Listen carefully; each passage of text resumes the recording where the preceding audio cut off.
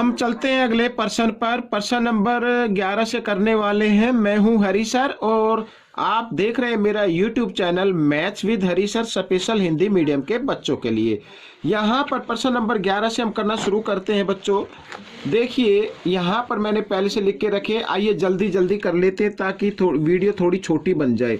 देखो क्या कहता है प्रश्न, यदि दो संपूरक कोणों का अनुपात 2:3 है तो कोणों का मान क्या बताना है। यानी कोण बताने हैं कि वो संपूरक कोण कितने डिग्री के हैं। ठीक है, तो सबसे पहले आपको संपूरक कोण आपको मालूम है कि दो कोणों का योग कितना होता है 180। तो पहले आप क्या करें, मान निकाल ले। और मान कैसे निकालना है, आपको 180 संपूरक है तो 180 को भाग कर देना है जो अनुपात दिया हुआ ना कोणों का उनके योग से, 3 + 2 यानी 5 से इसको भाग कर दे। 5 × 15 और 5 × 30, 36 डिग्री आ गया बच्चों यहाँ पर।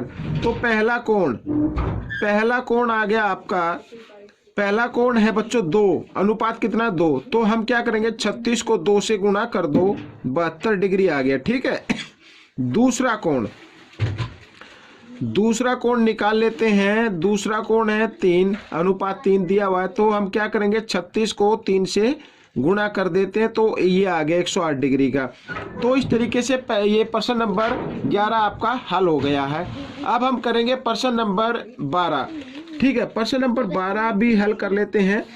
यदि एक कोण में उस कोण का पूरक कोण के आधे का योगफल 75 है तो कोण का मान बताना है। दोबारा पढ़ लेते हैं। यदि एक कोण में उस कोण के पूरक कोण के आधे का योगफल 75, यानी एक कोण है और उसके पूरक कोण के आधे का अगर हम जमा कर दे तो दोनों का योग कितना आना चाहिए, 75 आना चाहिए।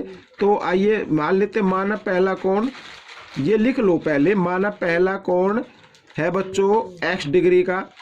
तो दूसरा कोण, क्योंकि पूरा कोण बताना तो 90 में से x घटा दीजिए, ये हो गया। अब यहाँ पर क्या करना है, प्रश्नानुसार लिख दीजिए आप। और प्रश्नानुसार में क्या कहा कि इन कोणों का देखो, पहला कोण और जमा जो पूरक कोण है, ये पूरक कोण हो गया, इसके आधे का योगफल, इसको हमने आधा कर दिया तो योगफल आता है कितना, यहाँ पर 75। तो इस तरीके से हम लिख सकते हैं। ठीक है, तो अब इसके नीचे आप एक और मान ले, इस तरीके से लघुत्तम हर एक ले ले और 2 और 1 का लघुत्तम आपको लेना है तो 2 आ जाएगा। साथ ही क्रॉस में भी गुणा कर दे, 2 को x से 7 कर दे, 2x हो गया, जमा और 1 को इस पूरी इक्वेशन के साथ, पूर्ण समीकरण के साथ गुणा कर देना है तो 90 घटा x इस तरीके से आ गया, ये आ गया। ठीक है, तो यहाँ पर तो 2x घटा x तो बच गया, 1x बच गया इधर, और यहाँ पर 2 भाग में इधर आकर ये गुणा में हो जाएगा। तो 75 × 2, ठीक है, कितना हो गया बच्चों, 150 हो गया। अब 90 इधर क्या था, जमा था, इधर आकर वो घटा में हो गया इस तरीके से।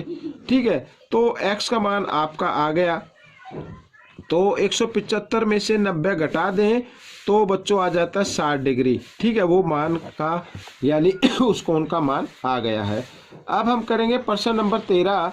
तो प्रश्न नंबर 13 में देखो क्या कहा है, उस कोण का माप ज्ञात कीजिए जो अपने संपूरक कोण का 1/3 कोण है। माना वह कोण x डिग्री का है, माना वह कोण x डिग्री का है। ठीक है, अच्छा इसका संपूरक कोण कितना होगा वो भी निकाल लेते हैं।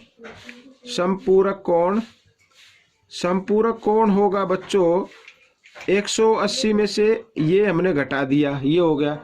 अब इसमें क्या कहा है, उस कोण की माप ज्ञात करनी है जो अपने संपूरक कोण का 1/3 है। अब मैं इन दोनों को रख देता हूं बराबर बच्चों, इस तरीके से मैंने बराबर रख दिया, लेकिन बराबर नहीं है। हमने वो कोण माना है x डिग्री का जो है अपने संपूरक कोण का 1/3, ये 1/3 है। आपको वैसे तो दिखाई नहीं दे रहा कि ये 1/3 कैसे है। हम क्या करेंगे, अगर दोनों कोण को बराबर रखना है तो दूसरे वाले को आपको 1/3 से क्या कर देना, गुणा कर देना, यानी 1/3 से गुणा कर देना है, आपका उत्तर निकल आएगा। तो x बराबर, तो यहाँ पर इसको करते हैं तो 1/3 को 180 से करते हैं, इधर इस तरीके से करके देख लो। तो बच्चों यहाँ पर क्या आ गया, 3 एकम 3, 3 6 18 0, तो 60 आ गया। ठीक है, 60 डिग्री। और साथ ही 1/3 को x से भी गुणा कर देना तो x/3 आ जाएगा। ठीक है, तो अब x/3 को जो घटा का है इसको लेके आना है इधर बाई तरफ, तो बाई तरफ इधर आकर ये हो जाएगा जमा का ऐसे, ठीक है। तो इस तरीके से लिख सकते हैं और साथ ही इस x के नीचे एक हर ले लीजिए। अब इनका लघुत्तम लेना है 3, 1 का 3 आ जाएगा, साथ ही क्रॉस में गुणा कर देना 3x जमा 1x बराबर 60 डिग्री, ठीक है। बाकी इधर बताता हूँ, 3x और 1x होता है 4x बराबर 60। और बच्चों 3 इधर भाग में, तो इधर आकर किस में आ गया, ये गुणा में आ गया। हमें x का मान निकालना है, तो 60 गुणा 3/4, 4 से भाग किया तो 15 पे हो गया भाग, तो 15 गुणा 3, 15 3 45, 45 डिग्री का बच्चों वो कोण आ गया। तो यानी वह उस कोण की माप क्या होगी, 45 डिग्री। तो ये आपका उत्तर बन गया, ठीक है। अब हम करेंगे प्रश्न नंबर 14। यहाँ पर हाँ जी हाँ, ये ऊपर रहा प्रश्न नंबर 14, ये भी आसान है। तो प्रश्न नंबर 14 क्या कहता है, देखो, यदि दो पूरक कोणों का अंतर 78 है तो उन कोणों का माप बताओ। पूरक कोणों का अंतर कितना है, 78 है। तो माना पहला कोण कितना हो गया बच्चों, x डिग्री का हो गया, तो दूसरा कितने का बनेगा, 90 घटा x डिग्री का बनेगा, ठीक है। प्रश्नानुसार, ये प्रश्नानुसार कर देते हैं।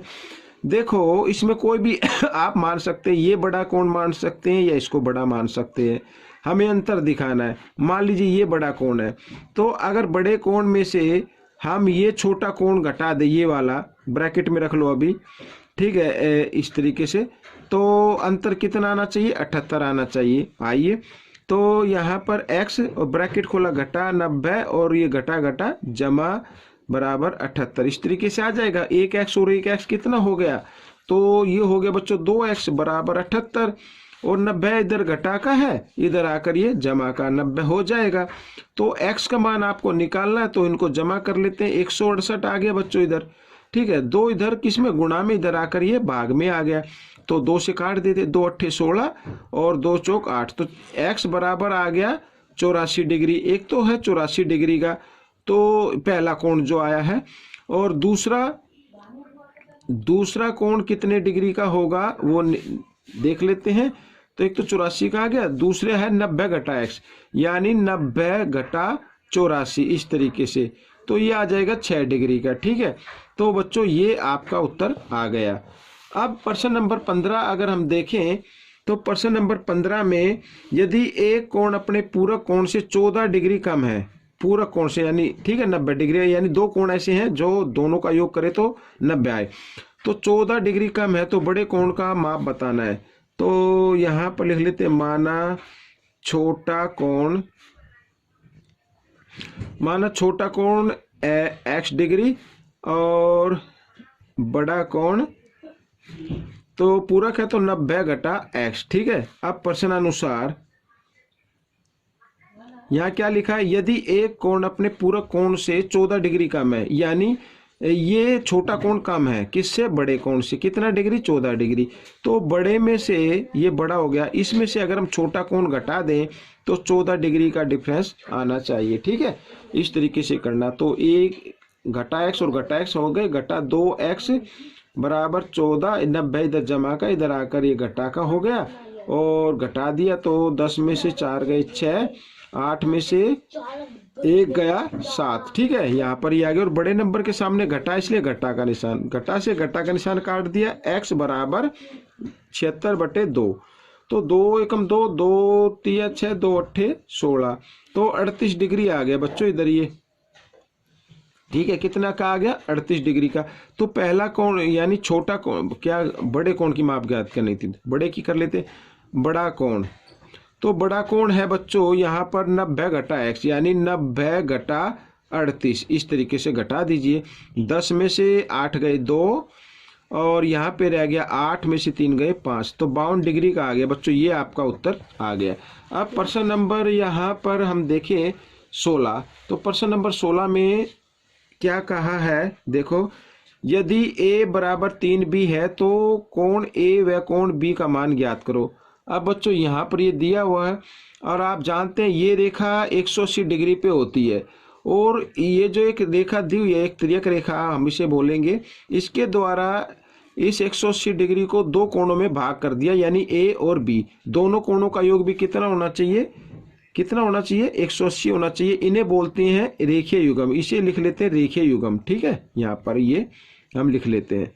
तो बच्चों देखो ए किसके बराबर है, 3b के, तो हम ए की जगह ए का मान लिख लेंगे 3b जमा बी बराबर 180 डिग्री और 4b बराबर 180 डिग्री और b का मान आप निकाल लीजिए। तो इस तरीके से 4 चौक 16, 4 पंजे 20, तो b का मान आ गया 45 डिग्री। ठीक है, तो b का मान तो आ गया 45 डिग्री, यहाँ पर लिख लेते हैं। एक तो ये आंसर आ गया, और दूसरा है बच्चों यहाँ पर देखो जो गिवन है a बराबर 3b, b है ना, तो b की जगह b का मान हम लिख देते हैं और ये a का मान आ जाएगा। तो 45, 3 को कर लीजिए गुणा, 3 पंजे 15 और 3 चौक 12 एक 13, तो 135 डिग्री। ठीक है, इस तरीके से कोण निकल गया। आइए अब हम करेंगे प्रश्न नंबर 17। प्रश्न नंबर 17 में देखो क्या कहा है, L समांतर M है तो x का मान ज्ञात करना है, x का मान ज्ञात करना है। अब ये दोनों समांतर रेखाएं हैं बच्चों यहाँ पर, ठीक है ना, ये क्या है, समांतर रेखाएं, और ये एक तिर्यक रेखा हो गई। तो सबसे पहले आप ये कोण ज्ञात कर लो। ठीक है, अब देखो L समांतर M व P एक तिर्यक रेखा है। ठीक है, तिर्यक रेखा है, तो ये एक तिर्यक रेखा होगी, तो इसकी इस कोण को एक मान लो। तो यहाँ पर कोण एक बराबर होगा 50 डिग्री के, यानी ये कोण बराबर होगा इस कोण के। क्यों होगा, कि इन्हें बोलते संगत कोण। संगत कोण बराबर होते हैं बच्चों, याद रखना, संगत कोण होते हैं ये। ठीक है, जब दो रेखाएं समांतर हो, ये तिर्यक रेखा हो, ये भी ऊपर की तरफ बना, ये भी ऊपर की तरफ, तो ऐसे कोणों को बोलते संगत कोण। संगत कोण बराबर होते हैं। अब यहाँ पर कोण 1 जमा x, अब दोनों का योग होना चाहिए 180। क्यों होना चाहिए बच्चों, क्योंकि ये रेखीय युग्म है। ये देखिए, ये एक रेखा 180 डिग्री पे होती है, तो 1 और x का दोनों का योग कितना होना चाहिए, 180 होना चाहिए। 1 का तो आ गया यहाँ पर 50 डिग्री, x का और निकाल लेना है। तो x बराबर 180, 50 जमा का था, इधर आकर घटा का हो गया, घटा दिया तो 130 डिग्री आ गया बच्चों। तो ये आपका मान आ गया, x का मान आ गया आपका निकल के। ठीक है, अब प्रश्न नंबर 18 हम कर लेते हैं। प्रश्न नंबर 18 में क्या कहा है ये देखते हैं, ये देखो इधर। तो प्रश्न नंबर 18, वह अधिक कोण ज्ञात कीजिए जो घंटे का हाथ, यानी घंटे का हाथ का मतलब घंटे की सुई समझ लीजिए, और मिनट के हाथ यानी मिनट की सुई के साथ 7 बजे बनाता है। अब बच्चों जैसे ये हो गया, देखो ये यहाँ पर ये जो सर्कल बनता है, ये बनता है कितने पे, 360 डिग्री पे, याद रखना। और क्योंकि ये घड़ी से निकालना है, तो यहाँ पे 12, यहाँ पे 3, यहाँ पे 6 और यहाँ पे 9, फिर 1 2 3 4 5 6 7 8 9 10 11 इस तरीके से, और ये 12। यानी अब आप ये सोचे कि इनके बीच का दो जो लाइन होती हैं, या घड़ी में आपने देखा होगा, दीवार घड़ी भी आपके पास होगी, उसमें जो 2 डिजिट होते हैं, 2 अंक होते हैं, उनके बीच का कोण कितना होता है। तो ये वो तो होता है बच्चों कितने का। ठीक है, या तो आप निकाल सकते हैं, या फिर मैं आपको एक तरीका बता देता हूं। देखो 360 डिग्री, ठीक है, मैं आपको निकाल के दिखाता हूँ। ये सर्कल कितने डिग्री पे बनता है, 360 पे बनता है, और इसमें इस 360 डिग्री में बराबर बराबर होते हैं ना बच्चों, ये अंक जो होते हैं बराबर बराबर दूरी पर होते हैं, यानी कुल अंक हो गए 12। तो 12 से इसको भाग कर दीजिए तो 30 डिग्री आ जाएगा, यानी कि 2 अंकों के बीच का जो गैप है वो कितने डिग्री का, 30 डिग्री का है। अब यहाँ पर ये 7 बज गए इधर इसे, ठीक है, ये 7 बज गए, तो 7 बजे ये अधिक कोण बताना, यानी ये वाला कोण, तो कितने डिग्री का होगा। अब इनको गिन लो बच्चों, 1 2 3 4 5, ठीक है। तो 7 बजे कोण बनेगा, 7 मैं यहां पर लिख देता हूं, 7 बजे अधिक कोण, तो 7 बजे अधिक कोण कितने का होगा, इस 30 को गुणा कर देना है कितने खंड से, 1 2 3 4 5, 5 से, तो 150 डिग्री आ गए बच्चों। ठीक है, 7 बजे अधिक कोण 150 डिग्री का होगा। आप प्रश्न नंबर 19, तो प्रश्न नंबर 19 क्या कहता है, इसको भी पढ़ लेते हैं। यदि L समांतर M है तो X का मान ज्ञात करना है, X का मान, ठीक है ना। अब यहाँ पर ये दोनों समांतर रेखाएं, ये एक तिर्यक रेखा हो गई। तो इस तरीके से जब भी दो समांतर रेखा हो, एक तिर्यक रेखा हो, तो ये इन्हें बोलते हैं तिर्यक रेखा के एक ही ओर बने अंतःकोण। इनका योग हमेशा 180 डिग्री होता है, यानी 2x जमा 3x बराबर 180 डिग्री। आप चाहे तो लिख भी सकते हैं, तिर्यक रेखा के एक ही ओर बने अंतःकोण, ठीक है, तिर्यक रेखा की एक ही ओर बने अंतःकोण। अब 3x और 2x होते हैं 5x बराबर 180। x का मान आपको निकालना है, तो 5 इधर गुणा में, इधर आकर ये भाग में आ गया, तो 5 से भाग कर देते हैं, 5 तिया 15, 5 छिक 30, तो x का मान आ गया बच्चों 36 डिग्री, ठीक है। यही आपका उत्तर बन गया, क्योंकि x का ही मान ज्ञात करना था। अब प्रश्न नंबर 20, यहाँ पर जो आखिरी प्रश्न है उसको कर लेते हैं। अब प्रश्न नंबर 20 में हमें x जमा y जमा z का मान बताना है। तो पहले तो आपको x y z का मान निकालना पड़ेगा, तभी तो बताएंगे। तो यहाँ पर हम देखें, देखो जब कभी भी इस तरीके से दो रेखाएं आपस में काटे, तो इसके ये आमने सामने के जो कोण होते हैं, इन्हें शीर्षाभिमुख कोण कहते हैं। ये दोनों ये कोण क्या होते हैं, बराबर होते हैं। जैसे यहाँ पर z बराबर आ रहा है 75 डिग्री का, तो यहाँ पर लिख दीजिए शीर्षाभिमुख कोण, ठीक है। इस तरीके से हम लिख सकते हैं शीर्षाभिमुख कोण। शीर्षाभिमुख कोण क्या होते हैं, बराबर होते हैं। z की वैल्यू आ गई आपकी, अब निकालनी है x की। अब ये मान लो बच्चों, ये 1 डिग्री, ये जो लाइन होती है ना, ये 180 डिग्री पे होती है, मालूम है आपको। तो x जमा 75, अगर दोनों के कोणों को हम जमा कर दे तो 180 डिग्री आना चाहिए। इन्हें बोलते हैं रेखीय युग्म, ठीक है, क्योंकि ये एक ही रेखा पर बनते हैं, रेखीय युग्म हो गए। तो x का मान निकालो पहले, 180 जमा 75, इधर आकर घटा 75 और घटा दिया तो 105 डिग्री आ गया, ठीक है। ये आ गया x का मान। और यहाँ पर x बराबर होगा y के, क्योंकि ये क्या है, शीर्षाभिमुख कोण है। तो मैं लिख देता हूँ शीर्षाभिमुख कोण इस तरीके से। तो x 105 डिग्री का है, तो y भी कितने का होगा, 105 डिग्री का होगा।